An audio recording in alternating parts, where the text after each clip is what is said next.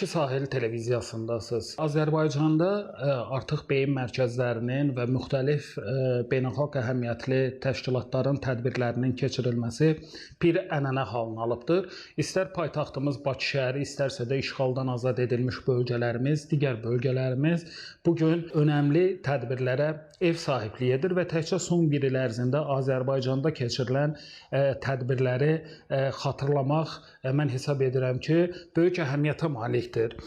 Bu il məsələn Braziliyanın Belém şəhərində keçirilən COP30 nə qədər uğursuzluqlarla yadda qaldı.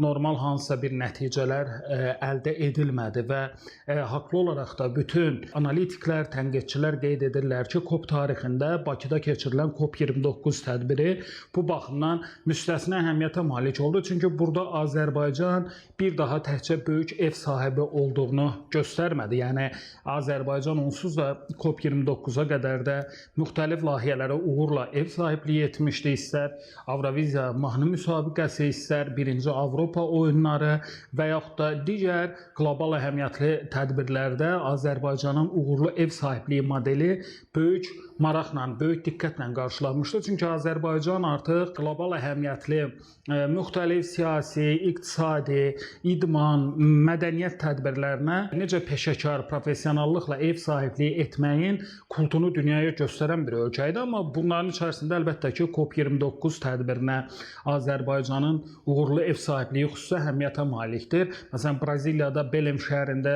Amazon meşələrinə yaxın bir ərazidə keçirilən COP30 tədbirində istər təbii, istərsə də yanğın və sair kimi hadisələrə qarşı adekvat reaksiya verilmədiyini gördük və təkcə təşkilatçılıq baxımından yox, Azərbaycanın özünün qlobal gündəmə töhfələri də burada vacib əhəmiyyətə malikdir. Özəlliklə COP29-da məhz Azərbaycanın səyləri nəticəsində iqlim maliyyələşməsi ilə bağlı alınan qərarlar, məhz Bakının özünün irəli sürdüyü təşəbbüslər bütövlükdə dünyanın gələcək iqlim təhlükəsizliyi baxımından böyük əhəmiyyətə malik oldu və indi təbii ki, gələn ildə artıq COP31 tədbirinin qardaş ölkə Türkiyədə də böyük peşəkarlıqla həyata keçiriləcəyini söyləmək olar. Təbii ki, Türkiyə təkcə COP31-ə ev sahibliyi etməyəcək. Burada Avstraliyada müxtəlif tədbirlərə ev sahibliyi edəcək və faktiki olaraq ondan sonraki dövrdə də Azərbaycanda vacib toplantılar, görüşlər həyata keçirilir.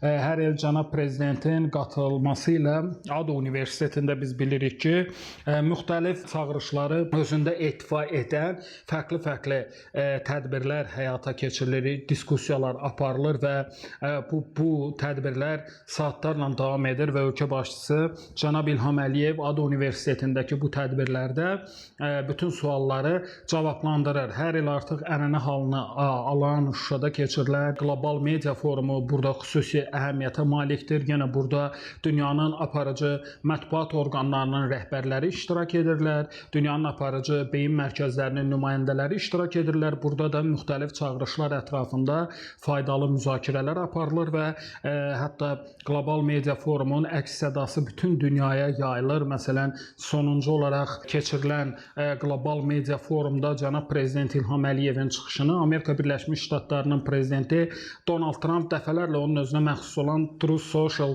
sosial media hesablarında paylaşmışdı və Trumpın cənab İlham Əliyevin fikirlərini özü də dəfələrlə sosial şəbəkələrdə yaydığını gördük və bu da Şuşada, Xankəndidə keçirilən qlobal media forumun nə qədər böyük əks-səda doğurduğunu bir daha nümayiş etdirdi. Eyni zamanda ondan sonraki dövrdə də əlbəttə çox vacib tədbirlər keçirildi. Biz İqtisadi Əməkdaşlıq Təşkilatının işğaldan azad edilmiş bölgələrdəki tədbirini xüsusi vurğulaya bilərik. Hansı ki, bu tədbir də bir neçə gün davam etdi və təkcə tədbir Şuşada, Xankəndində keçirilmədi.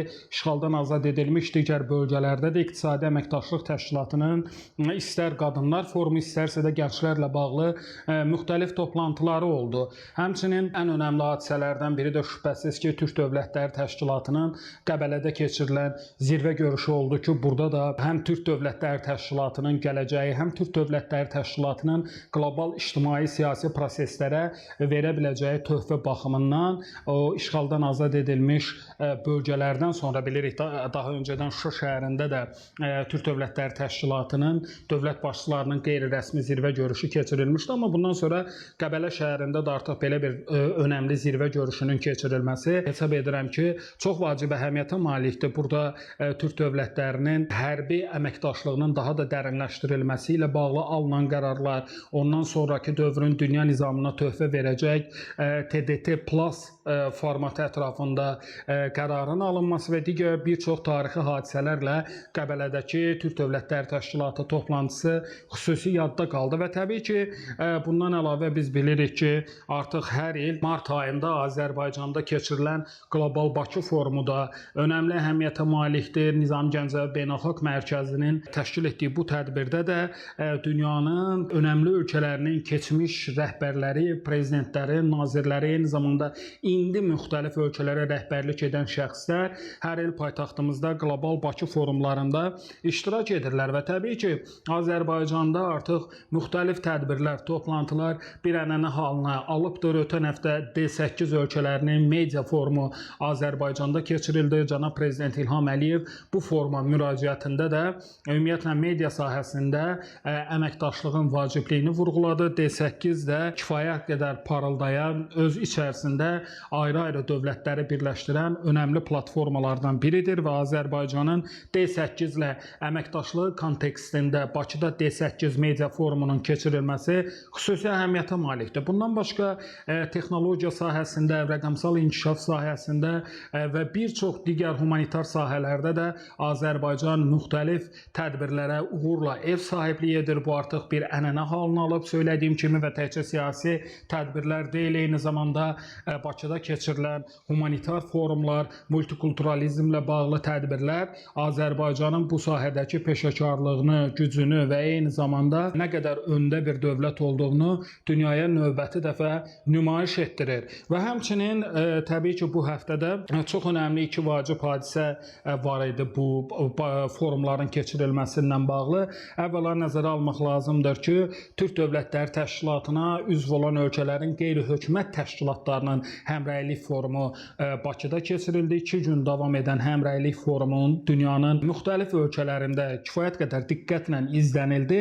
Biz Türk Dövlətləri Təşkilatına üzv olan ölkələr arasındakı həmrəyliyin, əməkdaşlığın gücləndirilməsi tezislərindən bəhs ediriksə, burada təkcə hökumətlərin, siyasi qərar vericilərin əlaqələrini dərinləşdirməyindən söhbət getmir. Eyni zamanda təbii ki, vətəndaş cəmiyyətinin əlaqələrinin də daha da inkişaf etdirilməsi vacibdir. O baxımdan da Azərbaycanda keçirilən Türk Dövlətləri Təşkilatına üzv olan ölkələrin qeyri-hökumət təşkilatlarının həmrəylik forumunda 500-dən çox qeyri-hökumət təşkilatı təmsilçisinin iştirakı vacib əhəmiyyətə malikdir və Azərbaycan Prezidentinin köməkçisi, Prezident Administrasiyasının xarici siyasət məsələləri şöbəsinin müdiri hörmətli Hikmət Hacıyev, Cənab Prezident İlham Əliyevin Türk Dövlətləri Təşkilatının üzv ölkələrin QHT-lərinin həmrəylik forumunun iştirakçılarına məktubunu oxudu və Cənab Prezident bir daha Türk dünyası arasında əlaqələrin, inteqrasiyanın və eyni zamanda ayrı-ayrı sahələrdə əməkdaşlığın dərinləşdirilməsinin zəruriliyini vurğuladı. Hansı ki, Cənab Prezident ölkəmizdə keçirilən növbədən kənar prezident seçkilərində qazandığı qələbədən sonra Milli Məclisdəki inaqurasiya mərasimində də vurğulamışdı ki, bizim vizyonumuz, baxışımız, xarici siyasətdəki gözləntilərimiz həm də ondan ibarətdir ki, biz öz ailəmizin içərisində inteqrasiyanı dərinləşdirməliyik. Bizim bir ailəmiz var, o da Türk dünyasıdır və bu baxımdan Cənab Prezidentin Türk Dövlətləri Təşkilatının qeyri-hökumət təşkilatları təmsilçilərinin Bakıda davam edən 2 günlük forumuna ünvanladığı müraciət bu baxımdan Azərbaycanın Türk dünyasının müxtəlif sahələrdə işbirliyinə və əməkdaşlığına verdiyi önəmin və dəstəyin bariz nümunələrindən biri idi. Eyni zamanda təkcə Türk Dövlətləri Təşkilatının vətəndaş cəmiyyətinin forumu keçirilmədi. Şuşa şəhərində də Azərbaycan-Türkiyə beyin mərkəzlərinin birinci forumu həyata keçirildi ki, bu da çox çox önəmlidir. Nəzərə almalıyıq ki, ötən həftədə Azərbaycan və Amerika Birləşmiş Ştatları beyin mərkəzləri arasında forum keçirildi Bakıda. Orada da çox vacib mesajlar açıqlandı. Amerikadan gələn beyin mərkəzləri təmsilçiləri istər Zəngəzur dəhlizi, istər Cənubi Qafqazla bağlı Trump administrasiyasının baxışlarını açıq şəkildə ifadə elədi və bu həftə də Bakıda TDT üzv ölkələrin QHT təmsilçiləri yığışdı. Şuşa şəhərində isə Azərbaycan-Türkiyə beyin mərkəzlərinin birinci forumu keçirildi. Həm Azərbaycandan, həm Türkiyədən önəmli düşüncə təşkilatları, think tank qurumlarının rəhbərləri müxtəlif çıxışlar elədilər, çox maraqlı mövqelər ortaya qoydular və Şuşa şəhərində Azərbaycan-Türkiyə beyin mərkəzlərinin birinci forumu da tarixi hadisələrdən biridir və yəqin ki, artıq bundan sonra hər il ya işğaldan azad edilmiş bölgələrdə, ya paytaxtımızda Azərbaycan-Türkiyə beyin mərkəzləri forumu da davamlı olacaq və ya biz əgər Türk Dövlətləri Təşkilatında vətəndaş cəmiyyəti forumundan danışırıqsa, yəqin ki, bütövlükdə artıq TDT üzv olan ölkələrin beyin mərkəzlərinin də ayrıca toplantıları çevik bir hal alacaq və təbii ki, ayrı-ayrı forumların Azərbaycanda keçirilməsi Azərbaycanın bütövlükdə qlobal beyin mərkəzi hub'ı halına gəldiyini də növbəti dəfə sübut edir. Salamat qalın.